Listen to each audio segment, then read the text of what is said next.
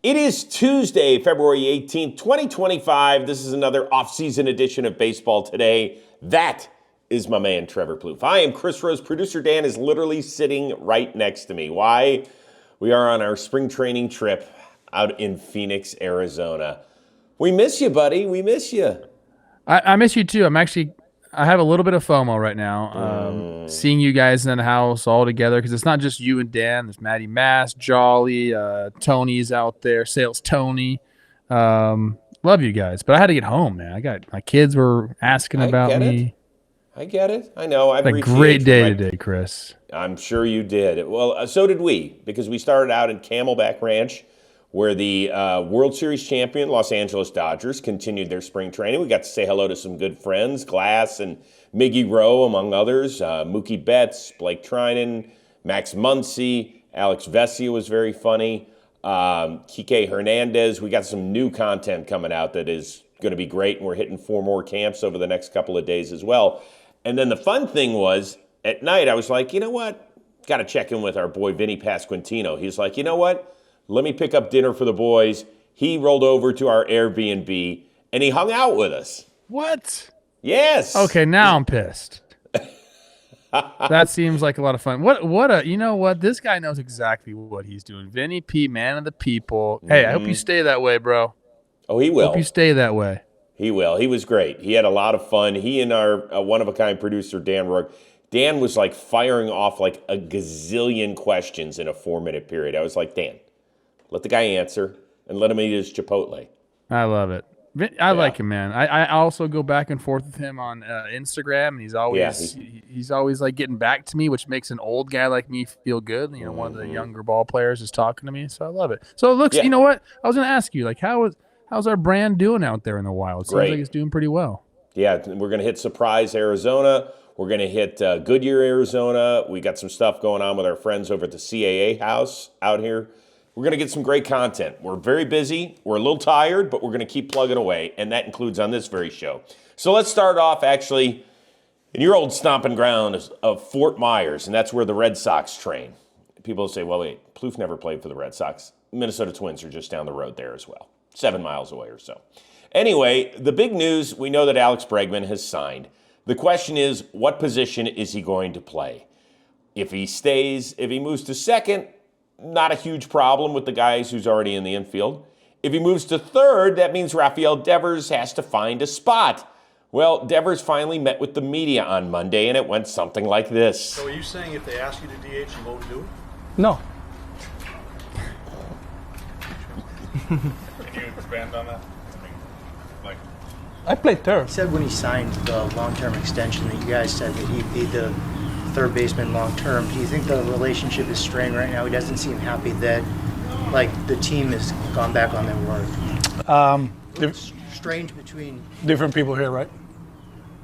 There's a different leader here. So, Jaime is in St. Louis right now. Okay. Lots to unpack there. The last voice you heard was of Red Sox skipper Alex Cora. Is this going to be a big problem, or will it get settled okay? I don't think it's going to be a big problem throughout the year. I mean, right now, those they're both kind of like funny answers to me when I listen to them. I don't really like either of them, either what Devers said or what Cora said. I mean, it's an interesting thing. Like, obviously, there was discussion before signing the extension. Chaim, probably Cora, and other people that were in the meeting said, yeah, you are a third baseman. That's why we're giving you $31.5 million a year for the next 10 years. So I guarantee that was said to him, but times do change. And so I understand where Cora is coming from. But the fact this is all getting played out like in the media is insane to me. It's incredible. It's just because I really don't think it's going to end up being a big deal throughout the year. I think these things have a way of figuring themselves out. And it's actually, if you're a Red Sox fan, it's a great problem to have. You got too many good players on your team right now, and the reason they're doing some of this is because you got great players coming up in your system too. So like this is a great problem to have if you're a Red Sox fan or in the Red Sox organization. But I just don't like the in the media stuff. So I don't know what it's going to take. You keep referencing David Ortiz giving Devers a call. I mean, I'm sure they've already talked about DH and all that. Hold on. Cora said that I'm not going to call David Ortiz to solve my problems. I'm the manager of this club, and I'm the dude who's going to have to handle it. Okay, I don't know. Well, he didn't really take any responsibility for that in that statement. He said, oh, Heim's not here anymore. Well, clearly he talked to Devers about that too back in the day. I don't know, man. Again, I think this is a good problem to have. I think it'll all get figured out. But I do think this is something that would have been better served, behind closed doors. The tricky thing, I think, is it just happened quickly. So Devers didn't really have time to really think about it or have an offseason to, I guess, prepare. Although, do you really have to prepare for DH? I don't think you do. This isn't like other guys moving positions. That kind of brings me to my next point. I think this is a bad look for Devers. Of course it is. Because you got Mike Trout, who we're going to talk about later in the show, doing what's best for the team and his body, moving to right field. We've seen Mookie Betts, a guy that was in Boston, move to the infield to help the team out. Except that's where he wanted to play. It's he always littered wanted to be. with, this game is littered with examples of the way this should have been handled, and this was it's silly. Again, my main takeaway: doesn't really matter. The season's going to play, and everything's going to figure itself out, and it's a good problem to have. I mean, I guess they like drama in Boston. They like it in New York. These cities and these franchises seem to flourish with it. To me, it's a little irresponsible from this standpoint. How could the groups not get together in the offseason and say, guys, this is the scenario. We want to have Alex Bregman. We want him to play third base. Rafael, we know that you don't want to move, but you're going to have to move. We've talked about it. He's already earned his money. He's got a $300 million contract. David Ortiz, nobody remembers one ground ball he ever fielded in Boston. You know what they do remember? Him hitting the ball over the damn wall a bunch of times against the New York Yankees, against the Detroit Tigers, against the St. Louis Cardinals, against the countless teams. So at the end of the day, that's what they're going to remember you for. I don't understand the pushback here. Doesn't make any sense. And the fact that the team and the player did not get on the same page, and now we're talking about this as our lead story on Baseball Today, is irresponsible. Yeah, I mean, they're all there in the morning in spring training. So, why make Devers available to the media before actually sitting down together and having a real discussion about how you are going to handle this? Because that's what most organizations would do. And Boston seems buttoned up. I don't really understand. I'll leave it with this. And I told you that if they were going to sign Bregman, Devers has got to move. He has led the American League third baseman in errors every year since 2018. Now, last season he had only a dozen errors, which was his fewest since 2018, but he still led the league. So you can make your move here. What sort of team do you want to be? But just think about, how many decisions they're going to have to make. It's all good stuff for Red Sox fans. Until it isn't. Because they move him to DH, then there's no Yoshida to really DH, and he can't really be in the outfield because they have Abreu, Duran, Rafaela. They have Roman Anthony coming up. So Yoshida's kind of out now, I'm assuming, unless he's going to be a bench piece. This clears the way for Christian Campbell at second base. They improve their infield defense. This is all great stuff if you're a Red Sox fan. Only if it gets handled the right way moving forward, which I think it will at some point. It's just, I'm not worried about this at all. It's a little mid-February drama. Yeah. In the meantime, out in Arizona, we do have a position change that is being accepted by somebody. Mike Trout moving from center to right. I knew it was coming, but just got used to it. But I just want to be on the field. So Joe Madden broached this a couple years ago, and at that time you were I'm a center fielder. So what has changed in your mind? Just look at my last couple of years, just trying to preserve the legs and just go out there and run some balls down the right, and that's what we came to, and I'm with it.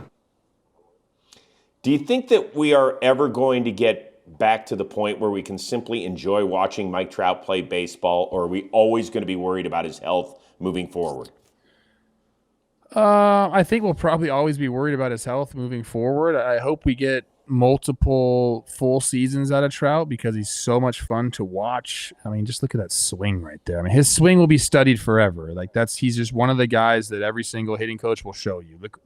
Look what he does with his back hip. Look at the power. Look at the path. Look at the hands. Everything is so nice. So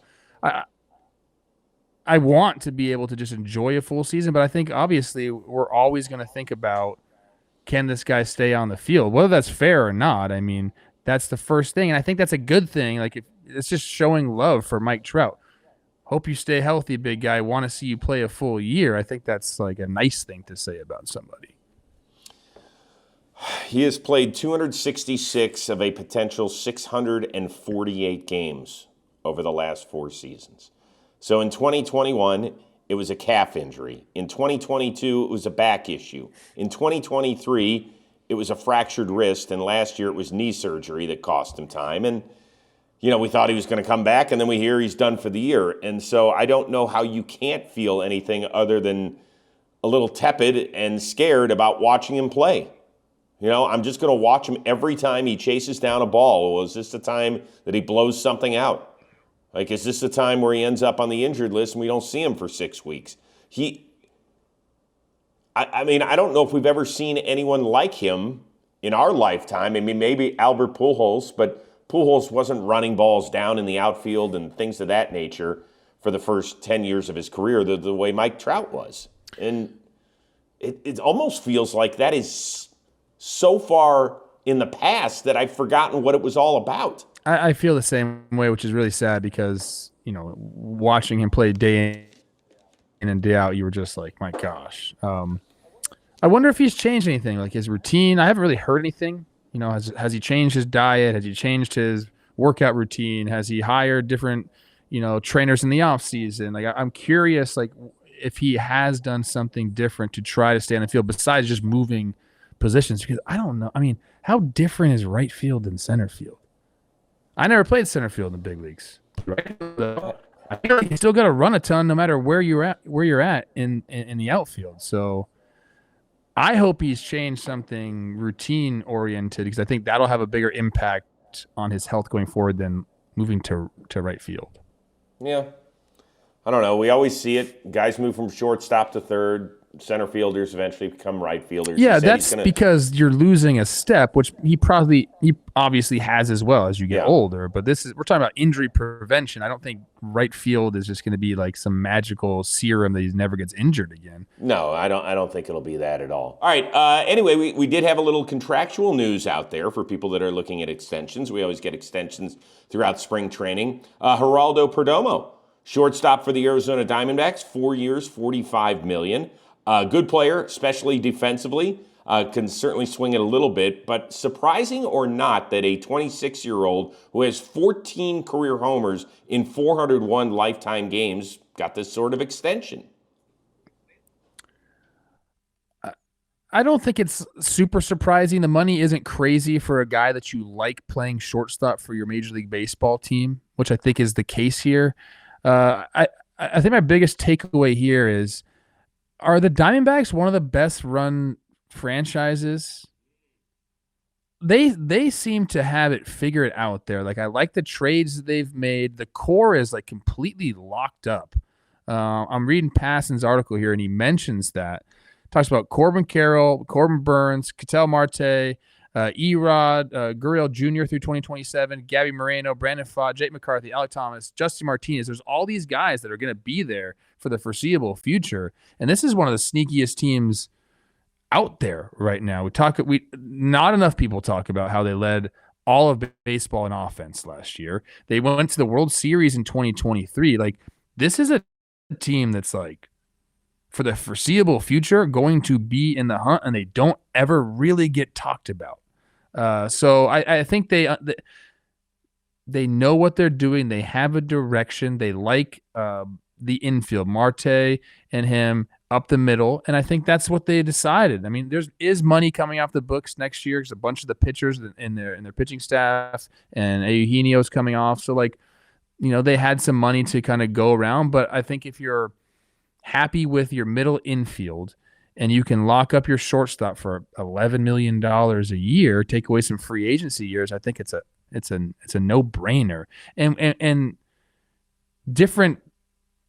Not everyone's going to have a shortstop like Gunnar Henderson, the guy that's going to bang the ball out of the yard and play defense. Like some teams are going to get their offense from other places, and they just want sure-handed fielders, which it's been back and forth, but largely he's a guy you want the ball hit to. And if you find a guy like that that's, played in pressure-packed situations and you like the results, and his game I think his game is meant for like playoffs. Like the guy can bunt. He doesn't strike out a ton. He walks. Like he gives you good at bats. Like these are all things that championship ball clubs have. Like they have players like that on their team. So I think that's what he is to this franchise. And again, I'll reiterate my stance. I think that Arizona's sneaky one of the best run teams in the big leagues. Yeah, they feel a little bit Atlanta-ish. Like they'll get guys, they'll get them to long-term deals for the most part. Occasionally, they'll sneak in a free agent here or there. Here's the reason I love this move in particular for this kid, is that he was banged up. I don't even think he played 100 games last year, and he was still a 3.5 WAR player. When he came back from injury, that's when their offense started to take off, because you can put him in the 9-hole, and most 9-hole hitters come up, and you're like, okay, fine. He's actually like the igniter of that lineup, and so they flip it, and all of a sudden they get it back to their guys at the top of the lineup, and he's been kind of a shit stirrer down there against other teams. And if you look at what he's going to be making, $45 million, that is right in the middle of the pack when it comes to starting shortstops as far as big-time deals. Mookie Betts leads the way with $365 million, and then it's Lindor, $341, Seager at $325, Trey Turner at $300, and then it goes down from there. But a guy like Willy Adames, who just signed for $182 with San Francisco, who had the better WAR last year, it was Perdomo, and he didn't even play 100 games where he could have tacked on a ton more because of the sort of defense he plays. So I think it's a great move for them. It's good for that kid, too. Do you think Jordan Montgomery just listened to me talk about how well-run the Arizona Diamondbacks are? He's like... I'll focus on another Jordan Lawler, who is a former first-round pick, I believe, and big-time prospect there. What does that mean for him? Does it mean that he automatically moves to third? Yeah. Yeah. I think that's great. What it means. Yep, probably. All right, let's move on to a couple of injury notes. Frankie Montas of the Mets is going to be out 6 to 8 weeks at least, dealing with a lat issue. Meanwhile, in the boogie down, Giancarlo Stanton dealing with massive pain, his words, not ours, in both elbows. Had to deal with it last year as well when he had the monster playoff run. Apparently hasn't swung a bat in 3 to 4 weeks. Which New York fan base should be more alarmed? Well, I think both fan bases are probably like, this isn't shocking to either one of them. The Mets understood what the risks were when signing a guy like Montas. Now you think possibly it's going to happen in the season, not spring training, so that kind of stinks. And then Stanton, we understand his injury history, and you only can have massive pain when you have arms the size of that, Chris. That's why he used that. Hold on, I can get elbow pain. I don't have to be in shape. It's called acute pain when you have it. Yeah. Oh.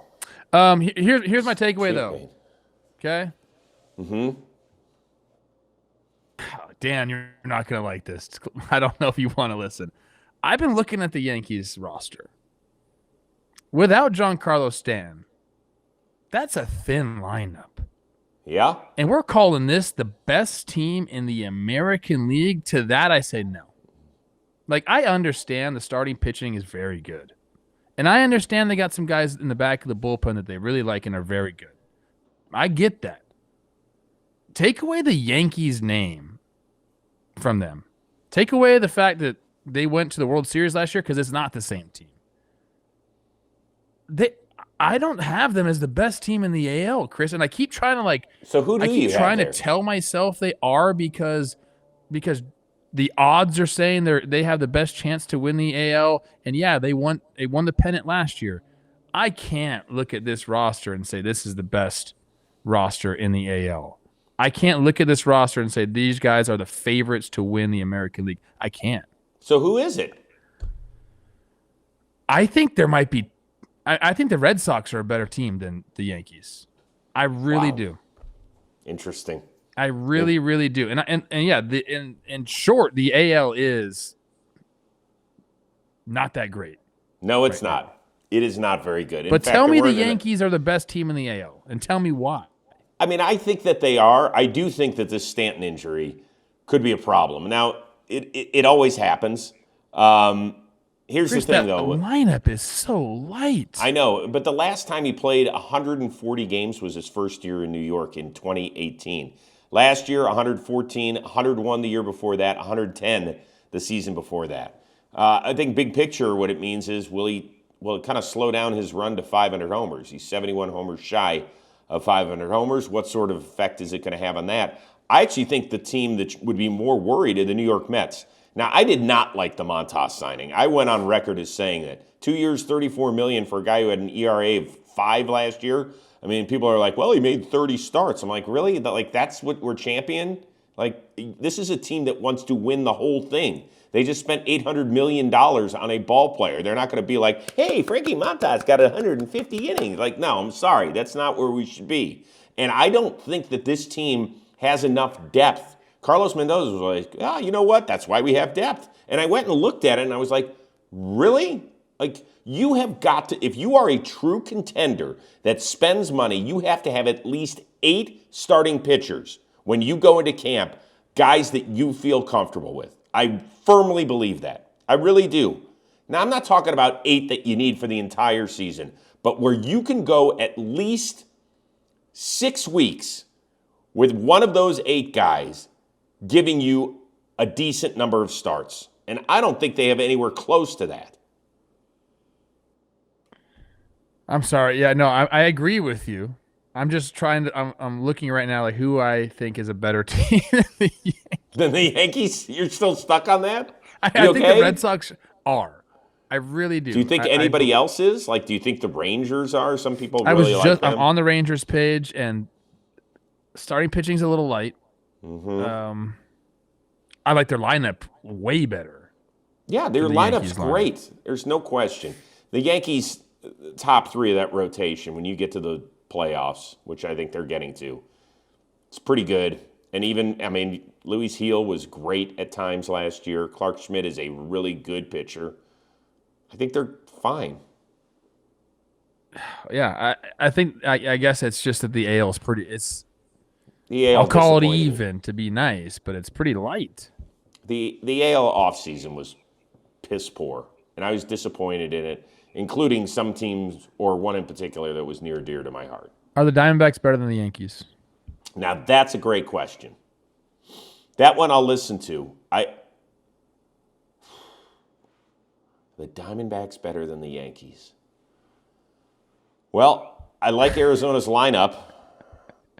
Their pitching's pretty freaking good, Chris. And their pitching is pretty good. Their pitching is pretty Corbin good. Burns and Zach Gallen, Merrill Kelly. Yeah.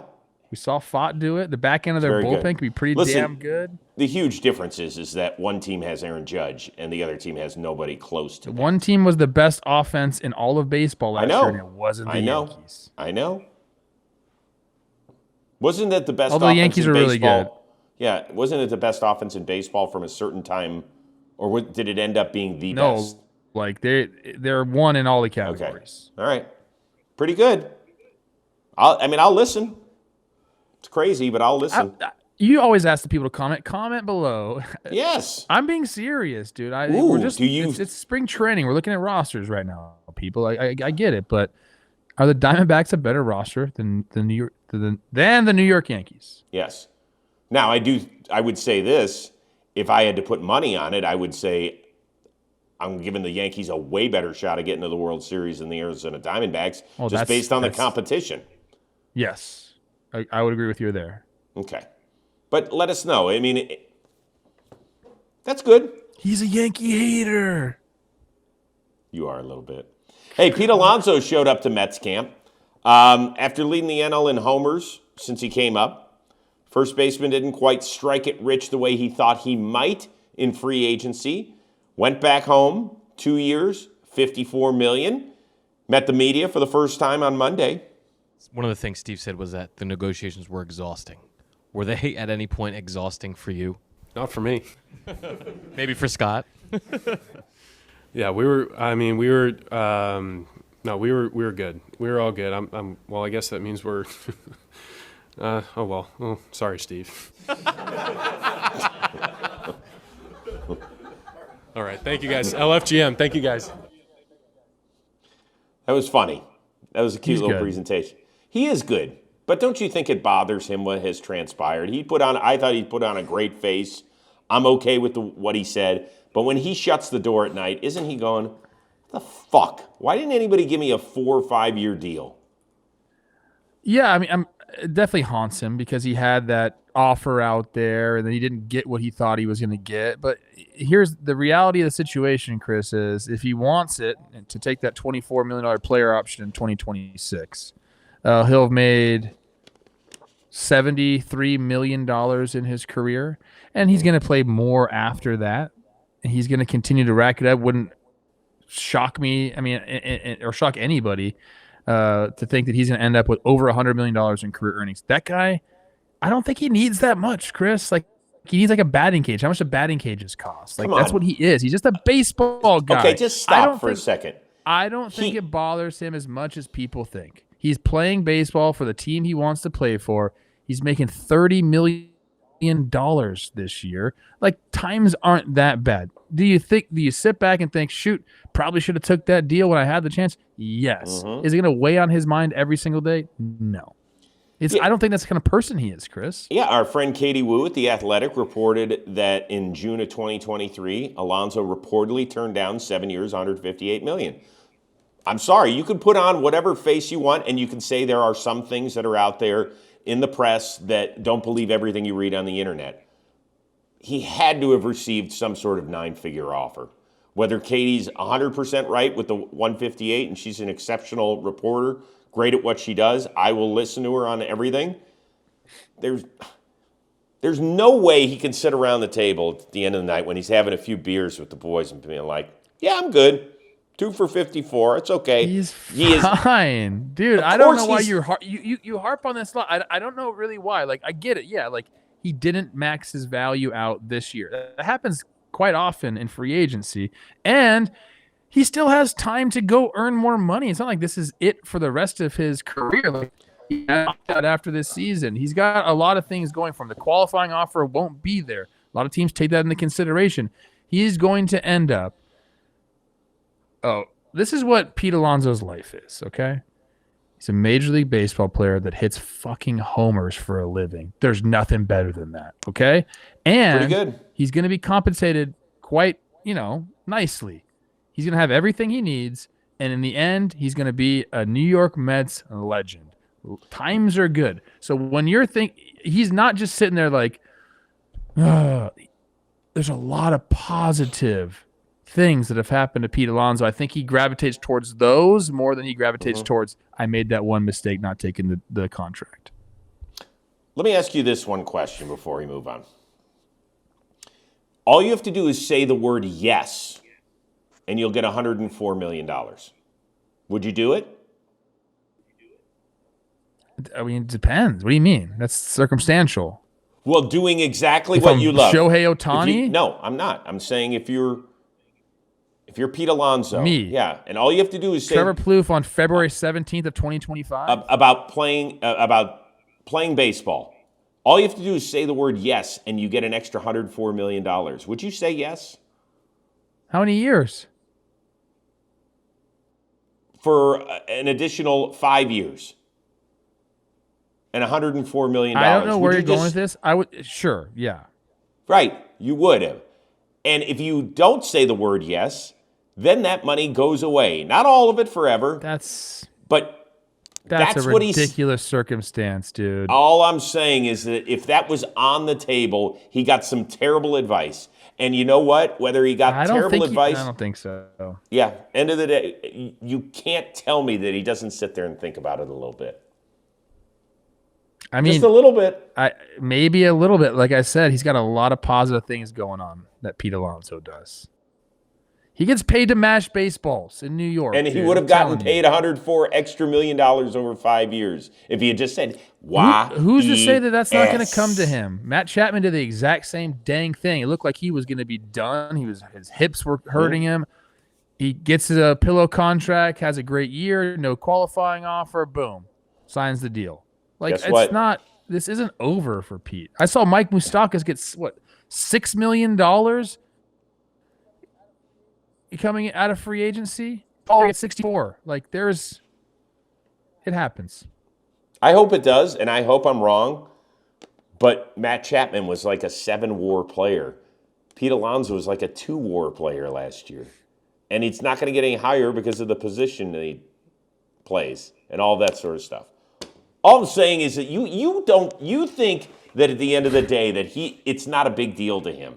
How in the world could it leaving I think for like on a the couple table? days he probably thought about it, was like sick to his stomach, like, dang, I should have taken thank that. you. Like, That's this all I is gonna wanted to work out a hear. lot differently. He probably called Scott up and was like, Scott, what the hell did you just do, bro? You kind of ruined my offseason.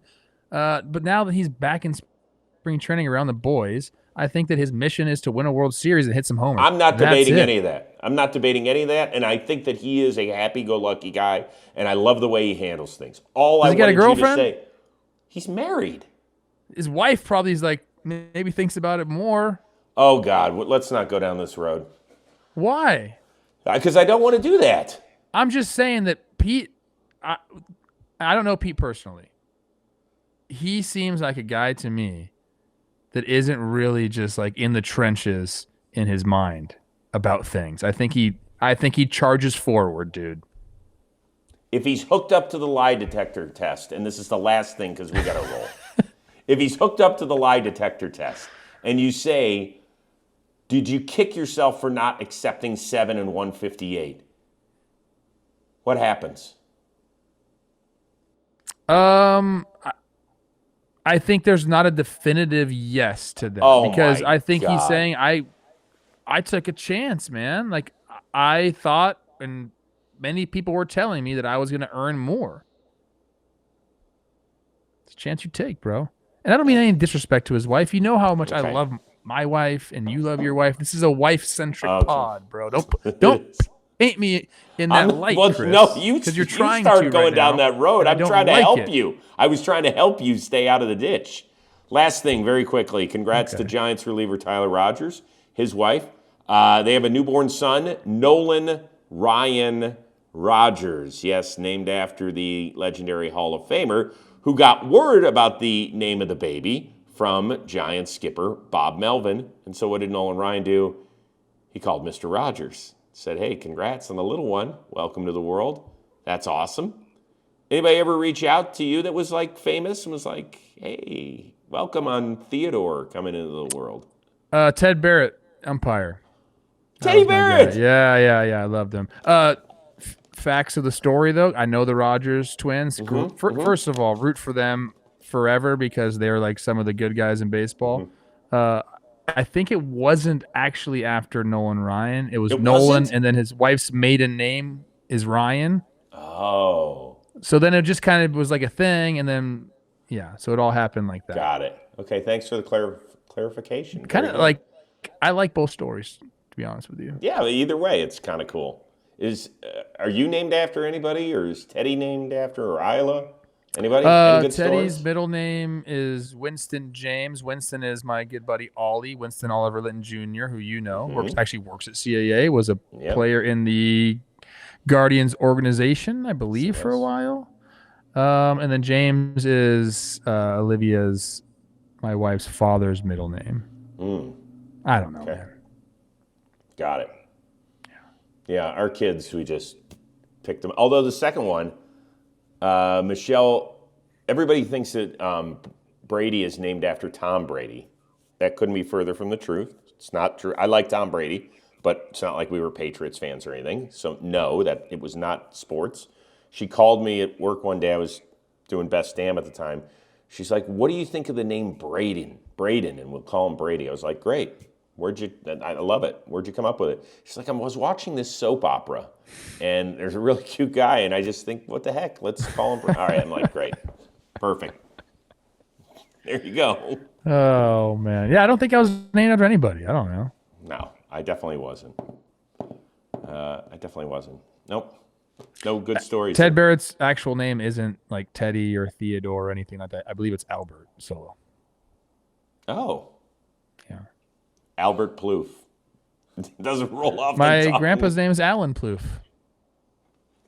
Alan's better than Albert. R.I.P. Grandpa Al, my guy. Ah.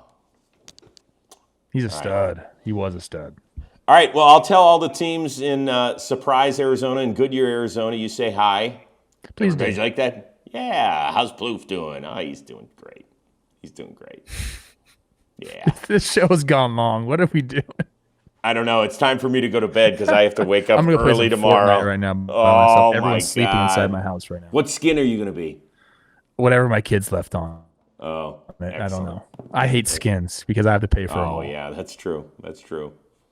Call Pete Alonso. Oh, you can't because he doesn't make enough money to loan it to you.